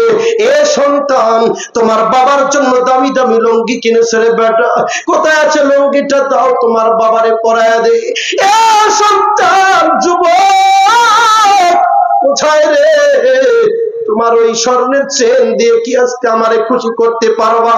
না রে, না না, তুমি আমারে খুশি করতে পারবা না। যেই কষ্ট দিয়ে তুমি দুনিয়া থেকে চলে গেলাও, এই কষ্ট কোনদিন আমার দিল থেকে কেউ বুঝতে পারবে না। এ মুসলমান সন্তানেরা রে, এইরকম মা বাবা যাদের জন্য কষ্ট করলো, সন্তান কোনদিন তা বুঝতে পারবে না। ওই দিনেই বুঝতে পারবা যেদিন তুমি বৃদ্ধ হইবা, যেদিন তোমার বাবা বৃদ্ধ হবে, যেদিন তোমার সন্তান হবে। তোমার সন্তান বারবার যখন তোমাকে প্রশ্ন করবে, যাবে, সেদিন তুমি বিরক্ত হয়ে যাবা। বাবারে, ওই মা বাবার জন্য, ওই মা বাবার কথা স্মরণ করে আমি এই প্রতিষ্ঠানটার জন্য আজকে জীবনে অনেক ইনকাম করেছো, অনেক দুহাত ভরে টাকা ইনকাম করেছো, এই প্রতিষ্ঠানের জন্য আপনাদের কাছে আমি উদারতা আহ্বান করব, আমি প্রতিষ্ঠানের জন্য আমি কিছু টাকা চাবো আপনার কাছে। কোন ভাই উঠবেন না এই প্রতিষ্ঠানটার জন্য? ভাই কেউ উঠবেন না, এ বাবা কেউ উঠবেন না। আল্লাহর কোরআনের জন্য, এই প্রতিষ্ঠানটার জন্য আমি এই পবিত্র আল কোরআনে কারিম 30টা পারা আছে, আমি একটা করি পারা, যে আপনারা একটা করি পারা, একটা করি কোরআনের দাম, আপনারা 2টা করি 1000 টাকা এই প্রতিষ্ঠানটার জন্য আপনারা দিবেন। একটা ভাইকে আমি দেখি 5000 10,000 যাদের আছে দিতে পারেন, কিন্তু 2000 করে টাকা কোরআনের জন্য, সর্বপ্রথম এই মাদ্রাসার জন্য একটা ভাইকে দেখতে চাই যে এই কোরআনের জন্য, এই প্রতিষ্ঠানটার জন্য 2000 টাকা নগদ এখানে দিয়ে যাবে।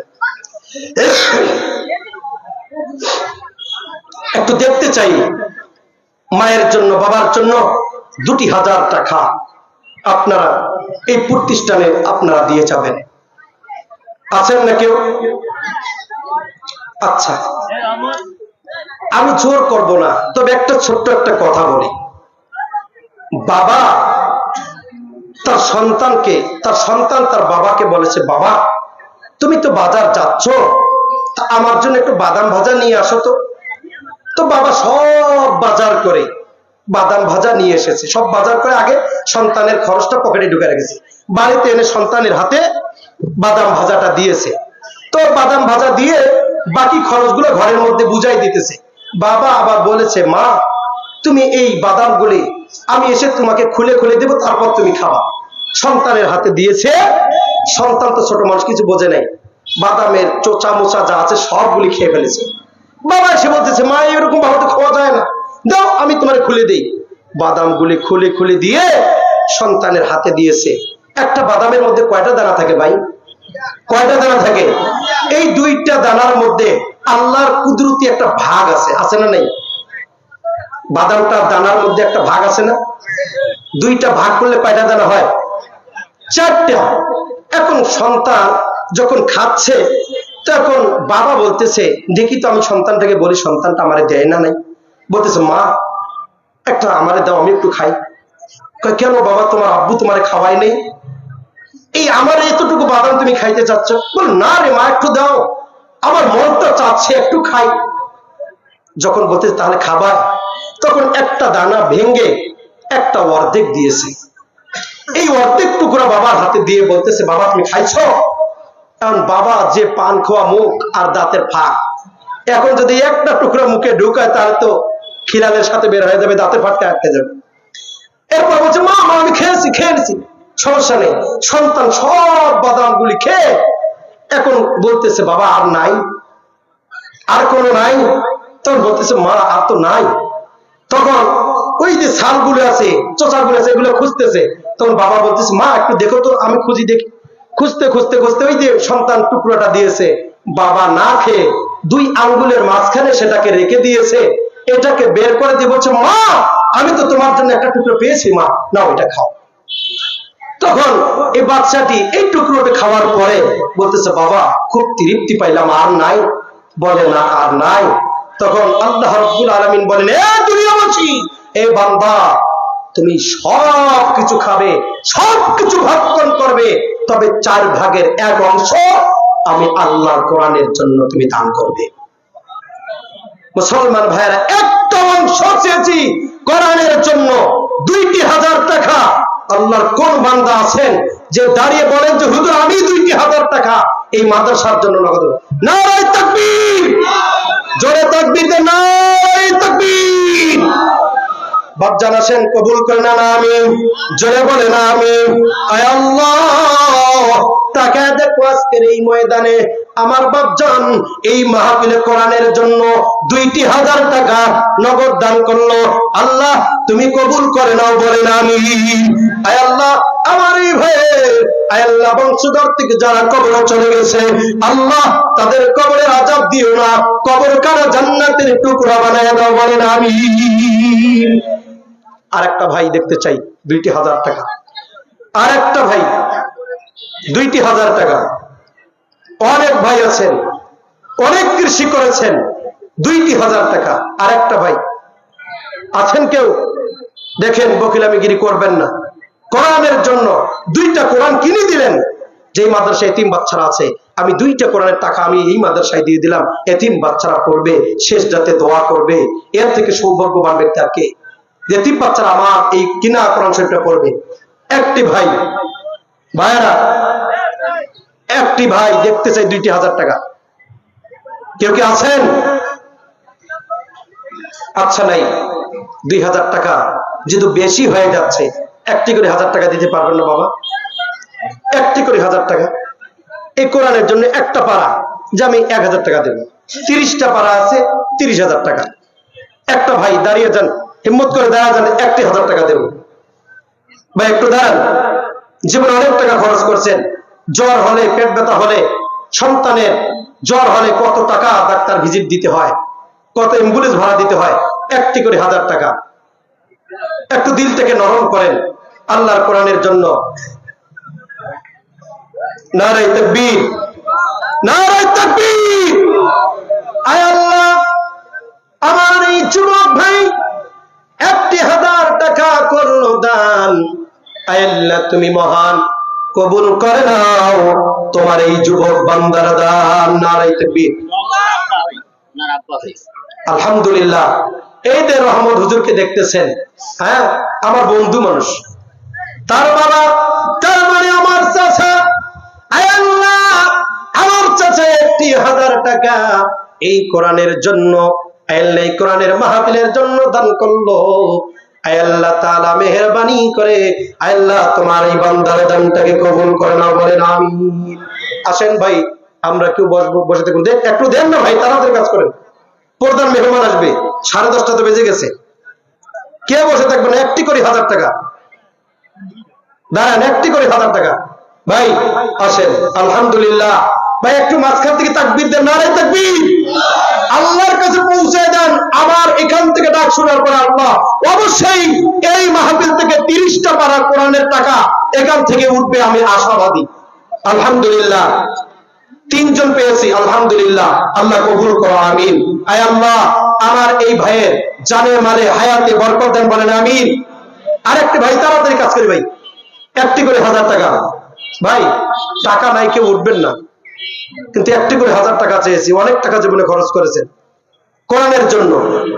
দেখেন, একটা কিডনি নষ্ট হইলে 1,000 টাকা না, পুরো সম্পদ বেচলেও একটা কিডনির মূল্য হবে না। এত দাম, আমরা এত নিয়ামত দিয়েছেন আমাদেরকে। এই শ্বাস প্রশ্বাস আমরা নিতেছি, কোনো কারেন্ট বিল দিতে হয় না, এগুলার কোনো বিল আমাদেরকে দিতে হয় না। কিন্তু এখন যদি আমাদের নিঃশ্বাসটা বন্ধ হয়ে যায়, দুনিয়ার কোনো ডাক্তার ভালো করতে পারবে না। তবে এই কোরআনের জন্য আপনারা দান করে যাবেন, কিয়ামত পর্যন্ত এই কোরআন চিন্তা থাকবে, কোরআন দোয়া করবে, এই দোয়া কোনোদিন মিস হয়ে যাবে না। আসুন ভাই, এই জন্য কোরআনের জন্য একটি করে 1,000 টাকা। তাড়াতাড়ি একটু করেন, একটু দিলটাকে নরম করেন। আলহামদুলিল্লাহ। কি নাম বাবা? আব্দুর রহমান। আয় আল্লাহ, আব্দুর রহমান নামে 1,000 টাকা করলো দান। আল্লাহ, এই দানের বিনিময় তোমার বান্দারে জান্নাত করিও দাও। আসেন ভাই, একটু জান্নাত পাওয়ার জন্য আখিরাতের কিছু পুঁজি আমরা এখানে জমা করে যাই। ওঠেন ভাই, একটা করে 1,000 টাকা পকেটে হাতটা দেন, পকেটে হাতটা দেন। টাকা জীবনে অনেক ইনকাম করতে পারবো। 1,000 টাকার বিনিময়ে আল্লাহ অনেক টাকা ইনকাম করার সুযোগ করে দিয়ে দিবেন। যত বেশি আল্লাহর রাস্তায় দান করব, আল্লাহ তত বেশি বিপদ বালা মুসিবত আল্লাহ দূর করে দিয়ে দিবে, মোচন করে দিয়ে দিবে। আস-সাদাকাতু তারাদ্দুল বালা। যেই ব্যক্তি বেশি সদকা করে, বেশি দান করে, দুনিয়ার সমস্ত বালা মুসিবত আল্লাহ তার মোচন করে দিয়ে দেয়। ভাই একটি করে 1,000 টাকা প্লিজ। কিছু ভাই ওঠেন, এই তো কয়েকটা উঠলো মনে হয়, 4টা, 4 জন পেয়েছি, এখন আছে 26 জন।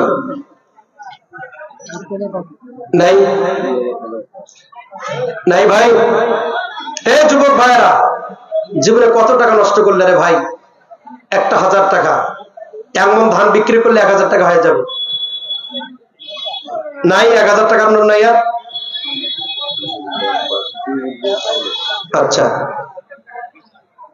500 কোটি টাকা এখন সহজ তো, এখন তো সহজ যে 500 কোটি টাকা নগদ। ভাই 500 কোটি টাকা, 500 টাকা দেওয়ার মতো নাই কেউ? একটু দেখি ভাই, একটা নেকির জন্য হাসরের ময়দানে আমাদেরকে পুরা হাসর ঘুরতে হবে, কিন্তু একটা নেকি যদি না পাই তাহলে কিন্তু একটা নেকির কারণে কম হলে আমাদেরকে জাহান্নামে যেতে হবে। আলহামদুলিল্লাহ, আল্লাহ আমার বড় ভাই 500 টাকা দান করলো, আল্লাহ তুমি কবুল করে নাও, বলেন আমিন। আল্লাহ তার মা বাবা, যাদের বংশধর থেকে যাদের মা বাবা কবরে চলে গেছে, প্রত্যেককে মাফ করে দাও, বলেন আমিন। যাদের মা বাবা কবরে চলে গেছে, মা বাবার জন্য একটা সিমেন্টের বস্তার টাকা, একটা সিমেন্টের বস্তার টাকা হলেও এই প্রতিষ্ঠানে দিয়ে যান, কাজে লাগবে।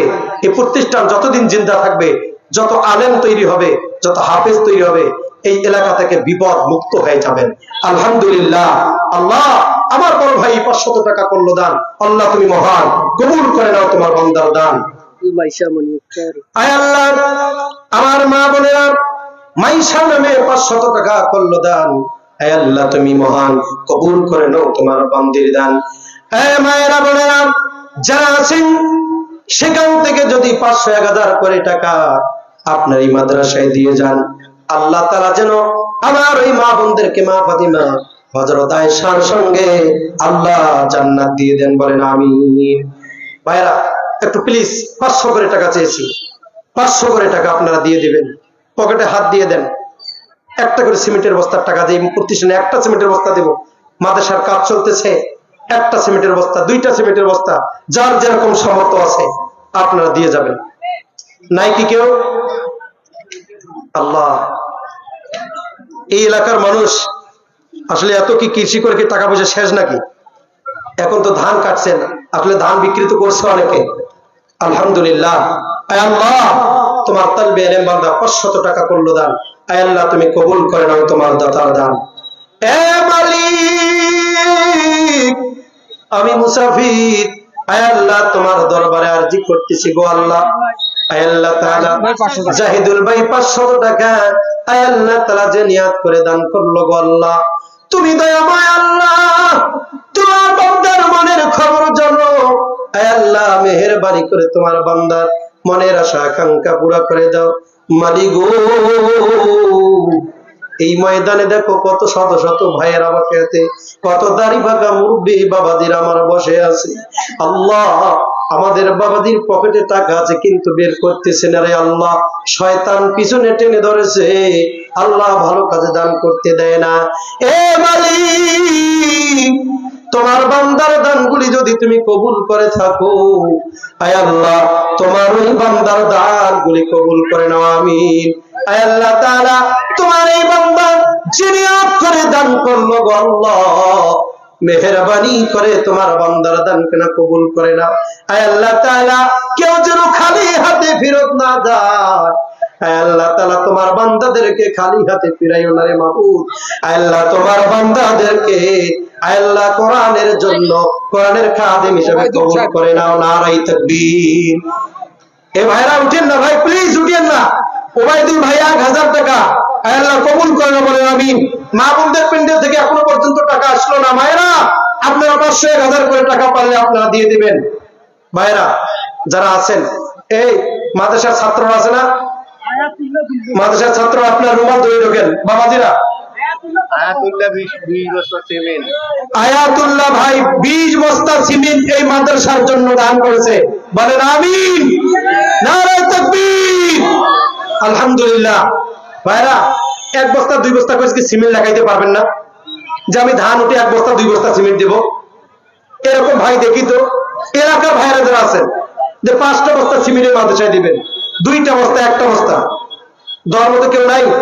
বাকি যে 1 সপ্তাহ পর 15 দিন পর আমি এই সিমেন্টের বস্তাটা দিয়ে দেব, একটু দেখতে চাই। মাইশামণি 2 বস্তা সিমেন্ট আল্লাহ কবুল করে না, বলেন আমিন। ভাইরা 1 বস্তা 2 বস্তা সিমেন্ট দেওয়ার মতো কেউ নাই? 1 বস্তা, আলহামদুলিল্লাহ। একটু লিখে নেন ওই যে মুরব্বী, কি নাম বাবা? আলহামদুলিল্লাহ। এদিকে শুনলাম কৃষি আবাদ হয়, আলু আবাদ করেন, আলুর প্রতিষ্ঠানের জন্য দেবেন। কি নাম ভাই? আসাদুল। আসাদুল। এক বস্তা সিমেন্ট, এক বস্তা সিমেন্ট আল্লাহ কবুল করে না বাবাজি, এক বস্তা করে লেখাই, কমাস কম তো 30টা বস্তা সিমেন্ট কোরআনের বিনিময়ে রূপে একটা করে বস্তা। ওবেদা খাতুন আমার মা 500 টাকা আল্লাহ কবুল করে না, বলেন আমিন। এই ভাইয়া উঠে যাচ্ছেন, প্রধান বক্তা তো আছে এখনো। কি নাম? আর এক বস্তা কেউ নাই বাবাজি? এক বস্তা করে লেখান। ওই ভাইয়ের নাম কি? কি নাম বাবাজি? আকরাম। আকরাম আলী ভাই, এক বস্তা সিমেন্ট আল্লাহ কবুল করে নাও। কি নাম ভাইজান? আব্বাস আলী ভাই, আল্লাহ তোমার নবীর সাহাবীর নামে নাম, আয় আল্লাহ তাআলা ইবনে আব্বাস, আয় আল্লাহ তোমার এই বান্দা একটা সিমেন্টের বস্তা আল্লাহ কবুল করে নাও। এই পাশে কেউ নাই? হুজুর, হ্যাঁ, এই উপরের নামটা 20 বস্তা সিমেন্ট দিয়েছেন। জি জি, পরিয়া উল্লেখ করবেন। এজাজ আহমেদ খান 20 বস্তা সিমেন্ট এই মাদ্রাসার জন্য। আয় আল্লাহ আমার এই ভাইয়ের দানকে তুমি কবুল আর মঞ্জুর করে নাও, বলেন আমিন। ওই যে লিখন মিয়া, জি 3000 ইট দিয়েছে। লিখন মিয়া, তিনি এই প্রতিষ্ঠানে 3000 ইট দিয়েছেন। আয় আল্লাহ লিখন মিয়ার দানকে তুমি কবুল করে নাও। আয় আল্লাহ তার পরিবার রহমত বরকত দিয়ে ভরপুর করে বলেন আমিন। ভালো করার ছেলেরা একটা 22 ঘর সম্পূর্ণ নির্মাণ করে দিবে আলহামদুলিল্লাহ। বালাপাড়ার যুবক ভাইরা এই মাদ্রাসার 22 একটা ঘর তারা পরিপূর্ণ সম্পূর্ণ কাজ করে দিয়ে দেবেন, বলি আলহামদুলিল্লাহ। মাদ্রাসার সভাপতি সাহেব এই মাদ্রাসায় তিনি নগদ 25,000 টাকা দান করেছেন, বলেন আল্লাহু আকবার। আরো জোরে বলি আল্লাহু আকবার। এরকম লোক আমাদের মাদ্রাসায় থাকা দরকার। আল্লাহ তাআলা প্রত্যেকের দানকে কবুল করে, বলেন আমিন। ভাই একটু ছাত্রলাগ দেন না, ছাত্রলাগ রুমাল ধরে পাঠিয়ে দেন না। আপনাদের পকেটে যা আছে 20 টাকা 50 টাকা করে যা আছে 100-200 টাকা একটু আপনারা দিয়ে দিবেন। দেন, ব্যাগলা ছাড়ি দেন, দেন ভাই, মুক্ত হস্তে দেন। জি, এই ওয়ার্ডের মেম্বার শহীদুল 2000 টাকা নগদ দেন। আলহামদুলিল্লাহ। এই ওয়ার্ডের শহীদুল মেম্বার আল্লাহ তাআলার এই নবীর ঘরে 2000 টাকা দান করলেন। আল্লাহ আপনি কবুল করে নাও।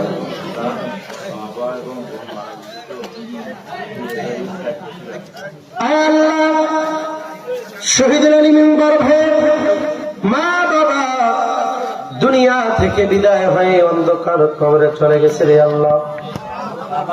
আল্লাহ তার বাবা এবং তার বোন অন্ধকার কবরে চলে গেছে। মাবুদ 2000 টাকা নগদ দিল, ঈদ দেওয়ার প্রতিশ্রুতি করেছে।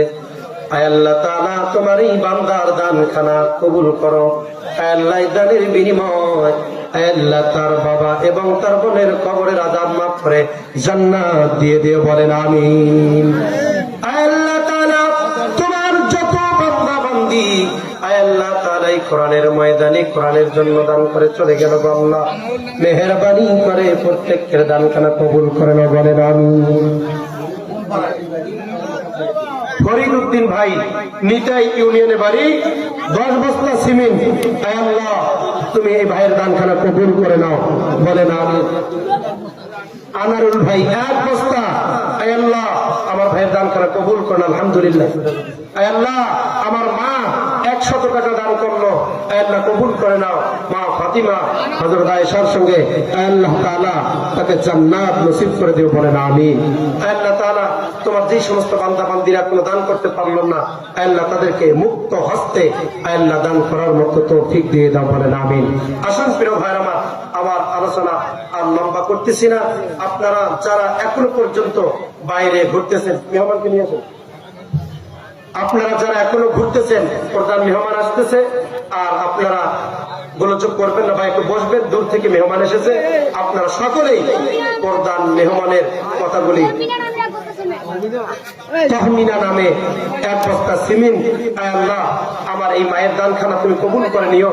আয় আল্লাহ তাআলা তার এই দানের উত্তম যাজা আয় আল্লাহ তাআলা তোমার বান্দিরে দান করিও, বলেন আমিন। মোজাহারুল ভাই 500 টাকা আয় আল্লাহ তার দানখানা কবুল করে নাও, তার হায়াতে জানে মানে বরকত দিয়ে দাও, বলেন আমিন। রহিম ভাই 500 ইট আয় আল্লাহ তোমার এই দ্বীনের প্রতিষ্ঠানের জন্য নবীর ঘরে 500 ইট দান করলো, আল্লাহ এই 500 ইটের বিনিময়ে আল্লাহ তাআলা তুমি তাকে লক্ষ লক্ষ টাকার মালিক বানিয়ে দাও। বলেন আল্লাহুম্মা আমিন। আসুন প্রিয় ভাইরা আমার জন্য সকলেই দোয়া করবেন। আমি অসুস্থ, আমার বিবি অসুস্থ, সকলে আমার বিবির জন্য দোয়া করবেন। নওশাদ ভাই 1 বস্তা সিমেন্ট, আল্লাহ তাআলা তার দানকে কবুল করুক। আমার জন্য দোয়া করবেন। সকলেই ভালো থাকবেন, সুস্থ থাকবেন। আমি যেন কি নাম, মনসেদ আলী ভাই প্রামাণিক 1 বস্তা সিমেন্ট, আল্লাহ কবুল করে নাও। আল্লাহ তাআলা তাকে সুস্থ রাখো, হায়াতে বরকত দিয়ে দাও। আমার আগামীকাল প্রোগ্রাম আবারও পঞ্চগড়, সেখানে যাইতে হবে। সুস্থ যেন আল্লাহ তাআলা রেখে সুস্থ শরীর নিয়ে দেশ বিদেশে আল্লাহ তাআলা যেন সফর করার তৌফিক দান করেন। সকলে ভালো থাকবেন, সুস্থ থাকবেন। ওমা তৌফিক ইল্লা বিল্লাহ। আসসালামু আলাইকুম ওয়া রাহমাতুল্লাহি ওয়া বারাকাতুহু।